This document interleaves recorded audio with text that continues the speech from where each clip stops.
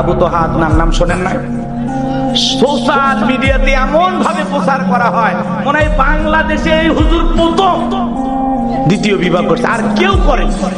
কত এমপি মন্ত্রী 8টা 10টা বাসা বাড়ি ভাড়া করিয়া এক একটা ফ্ল্যাটে নারী নিয়ে যেতে হয়, সেই খবর আপনাদের কাছে থাকে না। হুজুর বিয়ে করলে আপনাদের চুলকায় না? এ কথা কন না, হুজুরদের নিয়ে যতই লাগছি, ওনার সেই স্ত্রী, এটা স্বামী পরিত্যক্ত একটা নারী, এর আগেও বিয়ে হয়েছে। উনি ফেসবুকে আইসা বাপরে বাপ 2 ঘন্টার এক লাইভে যে কান্না করে অভিনয় করে বলছে মনে হয় বাংলাদেশের নিষ্পাপ রমণী। এই নারীর কোনো দোষই নাই। আপনার যদি দোষ না থাকে আগের স্বামীগুলোর ভাত হইল না কেন? এ কথা কর না কেন? আপনি যদি এতই সতী সাধবী রাবিয়া বস্তি হন, আগের স্বামীগুলোর সংসার টিকলো না কেন?